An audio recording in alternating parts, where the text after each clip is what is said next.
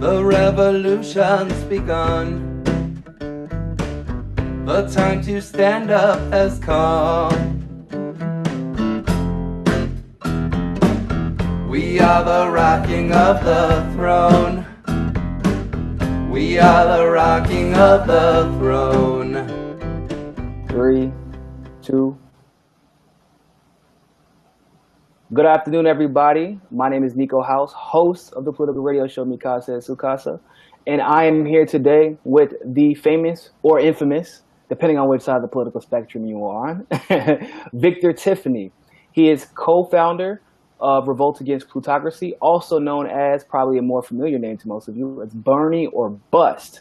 The group that has been by some called responsible for the Donald Trump presidency, considering, the motto was either you vote for Bernie Sanders or we will not support you come the general election. And of course, we then changed it to Jill or Bust, and they still didn't get the message. So here we are dealing with 45. And you all can thank Victor Tiffany for that. How you doing, Victor? Yeah, we thought about taking responsibility, but as I'm going to point out in the book coming out later this year, Bernie or Bust, we can't claim responsibility for Pennsylvania. Hillary lost that on her own volition, her lack of campaigning there, her lack of message, her identity politics, and the fact that Trump did campaign there. He basically out-hustled her, and he won because of Hillary's weak message and so forth. We could take responsibility in Michigan and Wisconsin if you look at the numbers very carefully, but in Pennsylvania, including the write-in votes for Bernie Sanders, we came just a few hundred votes shy of actually claiming responsibility for the defeat of Hillary Clinton in the election last year. So I actually have a theory about that, and it's for a couple of states actually. I think that it goes unnoticed sometimes that even though there are a lot of people who, were Bernie or Bust or quote unquote dim exiters, there were a lot of dim exiters who actually did not change registrations for fear that there would be a retaliatory response by those who are in charge. Because of course, because of the primaries, people's registrations were being they were being dropped from voter rolls and things like that. So even myself, I've seen, I've talked to people and interviewed people who said, well, I'm still a Democrat, but that's only because I was afraid if I switched last minute, they would use that as an excuse to unregister me going forward. So yeah, I'd be interested to see how many people actually, because some 14 million people Dem exited. The Democratic Party voter rolls are way down by millions. So some people obviously exited, but as far as people actually staying in and remaining Democrat for whatever fears, whatever rationality they can use, that actually works good for our next phase of let's call it leverage. That's what Bernie or Bust was. It was leverage we attempted to use during the primaries against leverage, not against, but on Democrats. All Democratic voters going to caucuses and primaries. We wanted to let them know, hey, look, if you want to win in November, you can't do it behind Hillary Clinton because there's a movement underway of people who will not vote for Hillary Clinton. So if you want to win this election, you better do it behind Bernie Sanders. And we had a caucus tactic that actually seems to have worked pretty well. I don't want to take anything away from Senator Sanders' ability to win those caucuses, but it took us a while to actually refine the approach that we took in caucuses. But after Nevada, he won every caucus, and we had refined our approach to caucus attendees after Nevada. So I know the extent to which this worked is up for grabs. One thing we couldn't do is raise enough money to get on television and tell Democrats, look, you have no choice here, in effect. If you don't make Bernie Sanders the nominee, you're going to lose in November. And that, of course, you might recall from a year ago this week, we were in Philadelphia and we ran a billboard up there that said, nominate Sanders or lose in November. And it's that billboard that we're using as the primary model I don't know. I feel like for Sarah what we're Silverman doing. gave y'all plenty of promotion, considering she went viral for her comments at the DNC convention when she said, "You Bernie or Busters, you're being ridiculous." And Yeah, everyone, no, actually, that was that was wild. that was the widest single audience the phrase "Bernie or Bust" ever had. We had so much traffic to our website that night and the next day after she said that. It kind of backfired. Appreciate it, Sarah. Sorry? It said, "Thank you, Sarah. Appreciate that." Yeah, I did thank her actually on Twitter. Made it very clear that I made it very clear that she generated tons and tons of not only traffic to our website, but pledges, even at that late date, people taking the Bernie or Bust pledge. But what I was starting to say about the billboard, it serves as the model for how we're going to approach the midterms. We're going with an approach that some people can loosely think of as Bernie's agenda or bust, except we're not attaching his name to it because we don't want him raising a stink about, hey, that's not exactly my agenda, and it's not. Although we took a good number of these points off his website. But there's some things that weren't from his website and he didn't campaign on. And so we don't want to quite use that phrase. And the reason we don't want to use or bust is because it did bust, right? It didn't work. It's a two-pronged approach. I feel like Bust Minute did work. Well, the second part of it did work, right? Or bust actually worked. And look where we're at, and not everybody in the Democratic Party is feeling the ramifications of the bust. They thought it meant that we were going to bust. We were going to continue. Surprise! To revolutionize, but they did. But yeah, the busting is happening, but not exactly where they thought it was. I know you talked about leverage and that you have a form of leverage that you want to introduce for revolt against plutocracy. Right. So just to speak of Bernie or Bust in this regard, it comprised of two parts: Bernie or Bust. The strategy is we want to make Bernie Sanders the nominee. That was the first part of it. Or bust means if he's not the nominee, your candidate is going to lose. Or bust has become or lose in this upcoming strategy. CFAR or lose. And by or lose, we mean we aim and intend to defeat neoliberal Democrats. If the neoliberals continue to control the Democratic Party, our aim is to destroy the Democratic Party. So what's CFAR? Sounds like a astronomer or something, right? You don't have to be an astronomer to CFAR. CFAR is an acronym. CFAR stands for Contract for American Renewal. Contract. When's the last time voters heard of a contract being used in an election? I don't know if you're old enough Niko, to remember the 1994 elections. Newt Gingrich had his contract with America, right? And guess what? It worked. That contract helped the Republicans turn the House of Representatives red for the first time in decades. And what we're attempting to do in the midterms is to make this a progressive wave election by basically doing two things, right? It's two parts, just like Bernie or Bust. First, we're building a list of voters pledged to only support CFAR candidates. And then the other part of that is to get candidates to sign the contract. They've got nothing to lose. If they sign the contract and lose the election, the contract's null and void. If they sign the contract and win the election, they presumably signed the contract because they actually agree with these points. Now, there are 11 points in the contract. Anybody can go see this contract. Just go to Revolt Against Plutocracy. Well, that's the group name. The URL is citizensagainstplutocracy.org. So we have two websites this time. Last time we did this with one free blog. It was the most low-cost mass movement I've ever heard of. So we're still using the blog. It's citizensagainstplutocracy.wordpress.com. That's where we want activists to go. That's where we want people to sign the Bernie or Bust or take the the CFAR or lose pledge.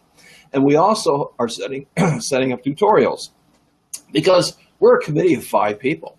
There's no way we're going to arrange in 468 contests, 435 House seats and 33 Senate seats. There's no way 5 of us, or even 1,500 of us, could possibly organize in a centralized way this kind of revolutionary strategy. Instead, it's all decentralized. Yeah, we can't be. So the blog provides advice from the author, the primary author of the contract, John Rachel, who joined Revolt Against Plutocracy earlier this year. He's the prime author of the document, and he's got suggestions how people can go up and ask a candidate to sign. I just sent an email out tonight to a Democrat running in the primaries. There's 5 Democrats running in the for the opportunity to face the Republican incumbent here in New York's 23rd district. So the first candidate I approached was a friend of mine. I've worked with him in Move to Amend. I worked with him some Move On activities years ago when I was not as radical as I am now. And he was all for the idea of leverage. Before John introduced us to the contract, he was ready to run as a Democrat and as a write-in candidate, right? So he was going to provide his own leverage, right? If you don't elect me, Democrats, you're going to lose because I'm running as a write-in candidate. But I had to drop him, even though he was kind of perfect in that regard, because he refused to sign the contract. So I just sent a letter out today, second letter. Pretty indicative. It's pretty indicative of what your actual intentions are. Well, you don't want to sign the contract. He had ridiculous reasons. You're not, so my understanding, you're not even saying you don't. If it doesn't happen, it's not like we're going to say, oh, you didn't actually get it done, so you're a failure. You're supposed to advocate for these things, introduce policies regarding these things, but we also work, and we understand things don't happen overnight. Well, the contract gives the elected politician 180 days to get this done, which is more than enough time. And another point I want to make about these 11... When you say get this done, what do you mean? Well, there's 11 points. So one of them is to overturn Citizens United. That means co-sponsoring an amendment to the Constitution. Okay. One of the points is to pull out of CAFCA, Central American Free Trade Agreement, and NAFTA. Well, you can't do that from Congress, but you can either introduce a resolution to the president or co-sponsor a resolution to the president. So some of these are resolutions, some of these will be amendments, or one of them anyway would be an amendment. Most of these would be legislation, and most of these are fairly popular. All these are supported by at least 60% of the American people. That was the qualifying level of support, is to make sure they had that level of support, which, by the way, Niko, is why Medicare for All is not on the list. You may notice that. The reason we didn't put that on there is because in some polls it gets 55% support, some polls 58%, some polls 63%, some polls 65%. Everything on that contract, all 11 issue positions are supported by at least 60% of the American people, as much as 80% of the American people. Now, another point for candidates, for people asking the candidate to sign the contract, is they don't have to sign a contract. This is a negotiation. This is not a purity test. In other words, if a candidate reads the contract and says, I don't think point 7, let's say the pull out of CAFCA and NAFTA, is going to work in my district, which might be Seattle, for example, a big port town, a big trade center. So I don't want to sign this contract. He doesn't have to. He could just pull that point off. This is a Word document. Just delete that point on the contract and then go ahead and sign it. It's a negotiation process. So if candidates want to add points, the only thing we would caution is to make sure, and absolutely make sure with independent polling if necessary, but make sure that the voters, a significant majority of voters in that congressional district or state, support that particular bullet point or issue position that he or she wants to add to the contract. I think that's a brilliant idea. Now, of course, I think you're going to have people ask in a lot of ways, what makes this different than what brand new Congress is doing, or what makes this different than what Justice Democrats are doing? The leverage, right? They have a platform. They have a series of promises, but these No, are actually, no. So for brand new Congress, no, they have a contract. They actually have to do these things in order to get this, like, because brand new Congress is a weird situation where they actually do everything for that congressperson or that senator, and they actually have to sign saying that they will follow these policies and sponsor these bills and so on and so forth in order to get them to run for office and have their support. That's so good. People are going to ask, what's different? Yeah, well, that's very close to what we're doing. If their set of issues are close to our set of issues, I mean, our position is, and the movement we're building around the country will be, we're only going to support CFAR candidates. So if this is if this is a brand new Congress candidate and he's already signed a contract, he can look at our contract, or she can look at our contract and say, I can take 9 or 7 of those issues. In other words, I have to take 2 to 4 of those issues off, and then I can sign that contract. And that's fine. You can sign more than one contract. In fact, we can have multiple candidates in a primary, all be contract signers. So who are you going to support? In some cases, it might not make a difference. In some cases, it might depend on how much money the candidate can raise, because these are still expensive. You can't just run on contract alone. You have to be able to raise money. So there's other factors besides just the contract. But all things being equal, if you have a CFAR candidate who is a contract with 5 of the issue positions still in the contract, and another CFAR candidate with 10 of the position issues still in the contract, obviously, all things being equal, we prefer the candidate who only took out 1 of the 11 contract.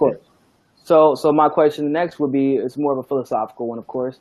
Our revolution, and Justice Democrats specifically, actually less so our revolution now, but Justice Democrats, for example, are dealing with the issue of essentially having contentious. I'm sorry, Niko, you cut out. You cut out. Say that again. I said that the Justice Democrats right now are having a contentious relationship with the Dem exit movement. Now, you're going to have people that come out and say, well, if they aren't Dem exit, then I'm not supporting them. Do you have like a response for that, or do you think that we shouldn't be worrying about as much the party behind the name as much as the issues behind the person? It varies state by state. I mean, first of all, the voter pledge has a priority. And now people are going to not like this, particularly the Dem exit crowd won't like this. But the first priority, the highest priority of CFAR candidate to support are Democrats. And there's only one reason for that. It's not because I love the Democratic Party. It's not because I think the Democratic Party is great. I think they're corrupt, and I can't stand the Democratic Party. And this is not an attempt to take over the Democratic Party like our revolution is attempting.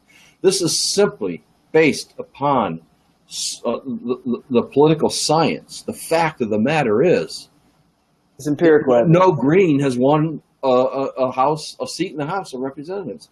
No third-party candidates are winning national elections at this point. If you want to win a national election for House of Representatives or a Senate seat, you almost have to run as a Democrat. Now, to your question, I was Dem exit, right? I split, I left.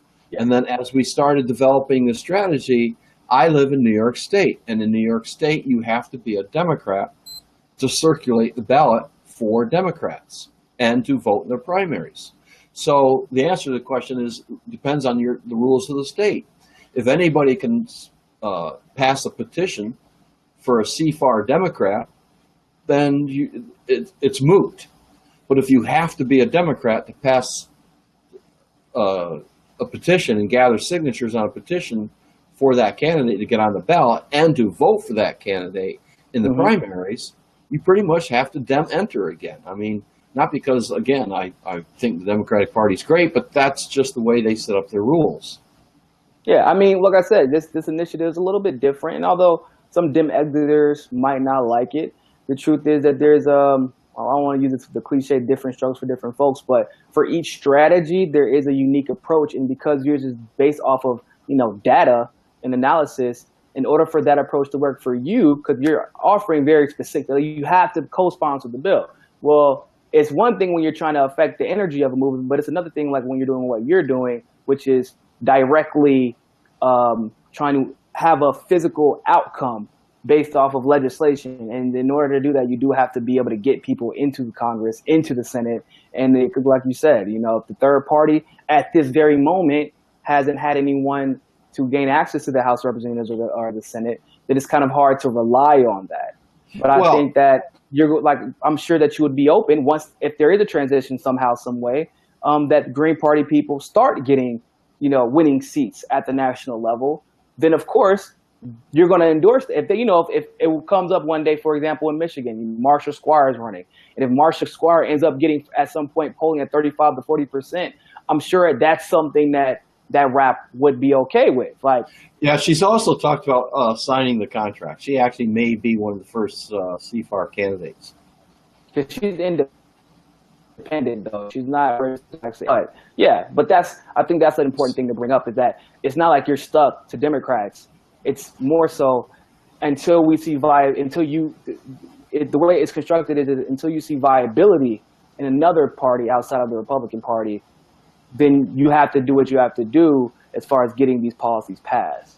So there's 2 points here. One is the priorities for the CFAR pledged voter. The first priority is Democrat, right? Because they have the highest possibility of getting elected at this point in time. The second priority, at this point in time, like you said, as soon as Greens or People's Party or Progressive Independence Party or Progressive Party, as soon as a third party, Progressive Party, starts winning elections, this is off. All bets are off. We don't leverage. The very strategy of using leverage in any way is off. Yes. Leverage is to be used against Democrats. By the way, libertarians could do the same thing in the Republican Party. Rand Paul's supporters could have done Paul or bust in 2016 the same way we did Bernie or bust, but they chose not to. So it's not ideological. It's just a leverage strategy that can be deployed in the primaries, during the primaries of a major party. And as soon as that major party is weakened to the point where third parties start challenging and third party candidates start defeating the political duopoly of Wall Street, which is the Democrats and the neoliberal Democrats and the Republicans, then it's off. We won't bother with leverage anymore. This whole strategy will be rendered obsolete immediately at that point. Got you. So what do you think, for as far as the points are concerned, do you have any points that are a priority? Like, this is something that cannot wait. For example, maybe $15 an hour or NAFTA, or in my opinion, I think actually Citizens United would probably be the #1 priority for myself. But for you, in your opinion, what do you think would be the priority that you'd like to see get done first? Well, I mean, we need to turn the House progressive blue. Well, no, but I'm saying, as far as the candidate is concerned, right. See the conversation start out as the next action step would be go to citizensagainstplutocracy.wordpress.org and sign up to become a leverage activist, and then go to the tutorials tab on that website and start watching the videos of John and myself explaining to you, to the activists, how to proceed. Number one, find out who your candidates are. Number two, listen to John describe how to approach each and every candidate. Some candidates just, contract. I don't want to sign a contract. So that this needs to be sold and appealed to them in stages, right? The first stage is, please check this out. You can use this as a weapon against your primary opponents. You can use this as a weapon against your general election opponent, the Democrat or the Republican. And then at some point, if they don't get back to you in a certain amount of time, or they just say, no, I'm not going to do this, then you let them know that there's a movement underway of CFAR or lose, meaning if you don't become a CFAR candidate, we're committing ourselves to defeating you. Remember, or bust? Well, now it's going to be explicitly or lose. Because as a last priority, I talked about first priority is CFAR Democrat, second priority is CFAR third party candidate on the ballot. Third priority, which is valid in 43 states, if there's no CFAR candidate on the ballot, you can write in a CFAR candidate. Anybody who signed the CFAR agreement can be written in, including yourself, if there is no other options. So there's three levels there, and basically the idea is just to let the Democrats, because they are the major party we're targeting here, let them know that if they choose neoliberals in their primaries, if that's who they vote for, is another Wall Street corporate-backed neoliberal, they're going to lose in November, and the Republicans will win, unless by some chance, somehow, a third-party candidate actually wins a 3 or 4 way race. All right. So I know you said that you had a question for me. I do. I'm sure that a lot of people would be interested to know what that is. Yeah, I wanted you to read the 11 points today, and I wanted to ask you, as a Black American, does it bother you at all that none of these issues address problems of race, police brutality, I forgot the word now, the payback for slavery, reparations? Reparations. There's really nothing there that has to do with addressing the structural racism of our society. And I wonder if that's a problem for you as a Black American. So for me, from a systematic standpoint, a lot of those issues do address race issues from an objective standpoint. So like if you deal with public education, then we can put ourselves in better positions to succeed. If $15 an hour, obviously, in minority-dominated states, minorities dominate the minimum wage jobs.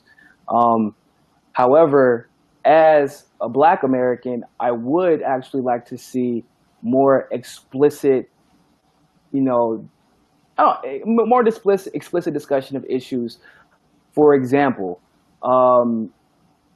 breaking up police unions, because that shouldn't be a thing. We know that minorities are obviously disproportionately affected by the fact that police unions are protecting these cops that go to court and then get off scot-free, or they get fired or suspended from their job and get a year's worth of salary.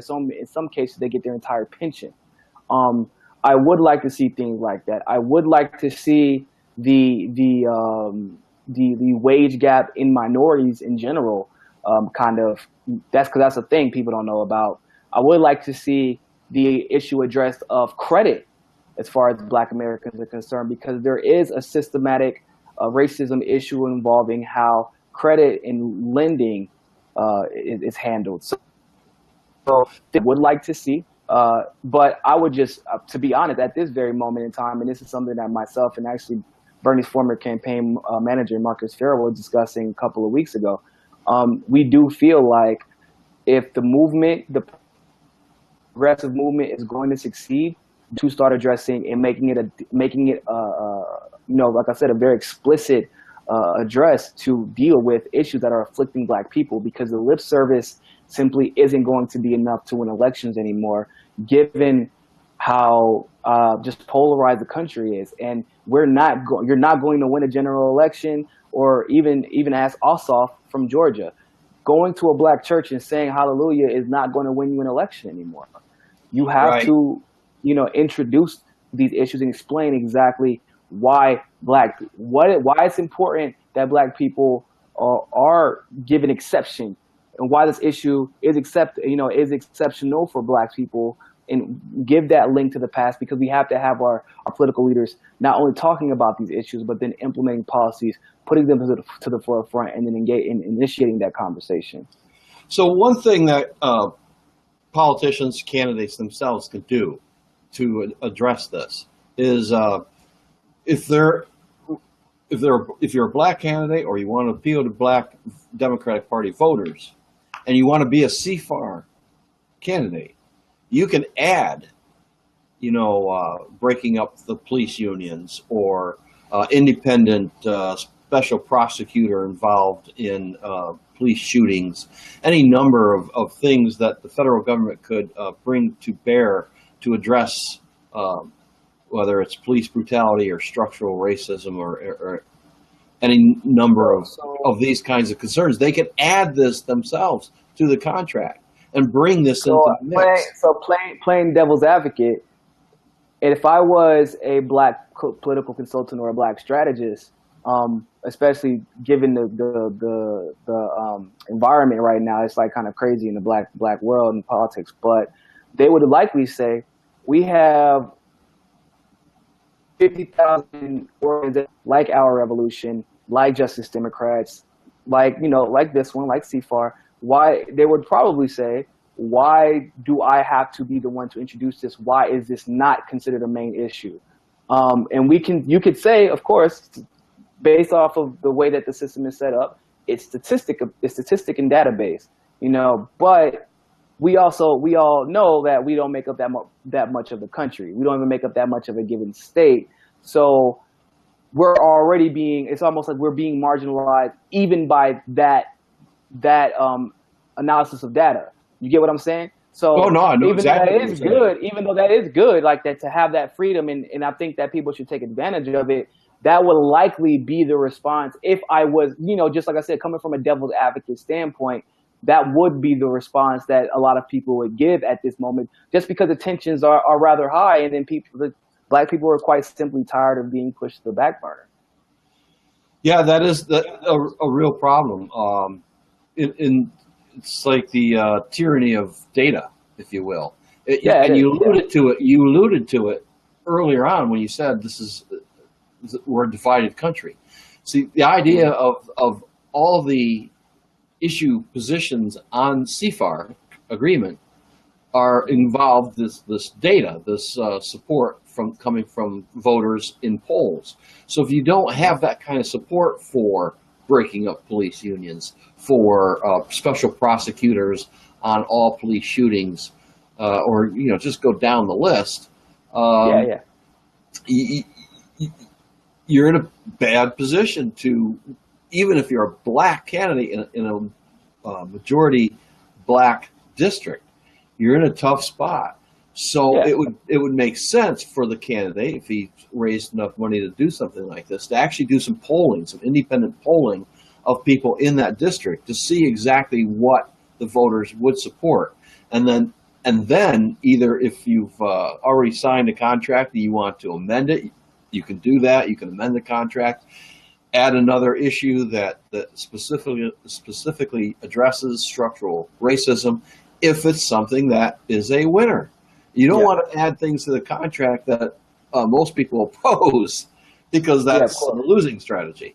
So, I mean, it's just, there's a lot of things in that contract I would like to see in there that aren't in there because of the tyranny of polling, of the tyranny of support. But it's such a strong list of issues as it is that it would be a reformation. It would be a renewal of the democratic spirit in America. Or if you want to use a different R word, it would be a revolution, because the issues are deep enough. The minimum wage, overturning Citizens United, and all related decisions. I mean, these are transformational type of issue positions. And then in the next election, we might have a whole different contract. But for now, these would get us moving and advance the revolution that Senator Sanders helped lead, even if it's not maybe his exact agenda. And that's I think that's a good place to stop. Thank you so much for once again to go to look up the 11 points of the CFAR or Lose movement. You want to go ahead and let them know one more time where they can do that? Yeah, it's you want to send. So we have two websites. You want to send candidates to Citizens Against Plutocracy, all one word, Citizens Against Plutocracy, plutocracy.org. There's virtually no links from that website back to the activist website. The activist website is the same phrase, citizensagainstplutocracy.wordpress.com. That's where you get more of our tutorials, more of our suggestions on how to organize. I give a tutorial on how to build a voter pledge list. And if you don't know how to start a blog, you don't know how to build a website, you're absolutely despondent as to where you're going to place your pledge list, we can actually host that for you. You just give us the text of what you want on there, what district you're in, your form, which I've showed you. If you have a Google account, it's easy enough to start a Google account, not Gmail, but Google, right? Google Plus account.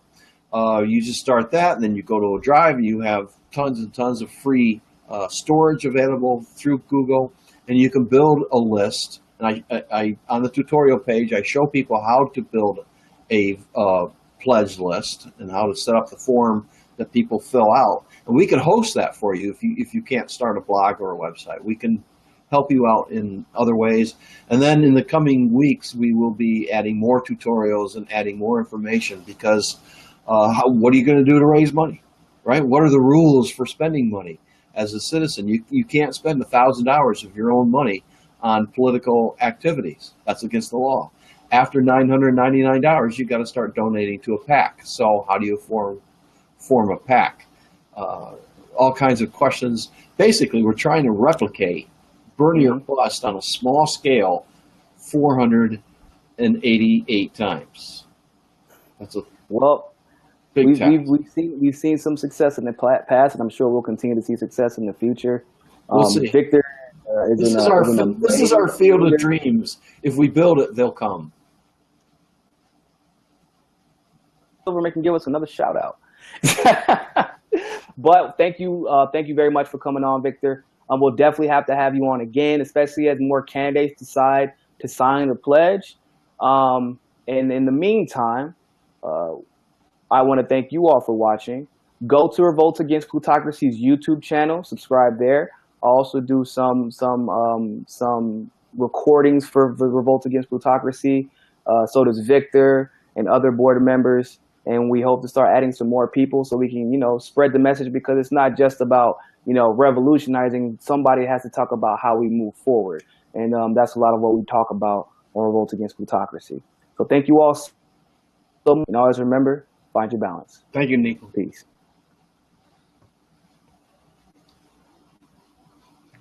Rap didn't become political revolutionaries because of Bernie Sanders. Rap originated the Bernie or Bust pledge because we're political revolutionaries. We are building a leverage movement to demand the next president of the United States is a genuine progressive. Please go to our website and sign up to join us today.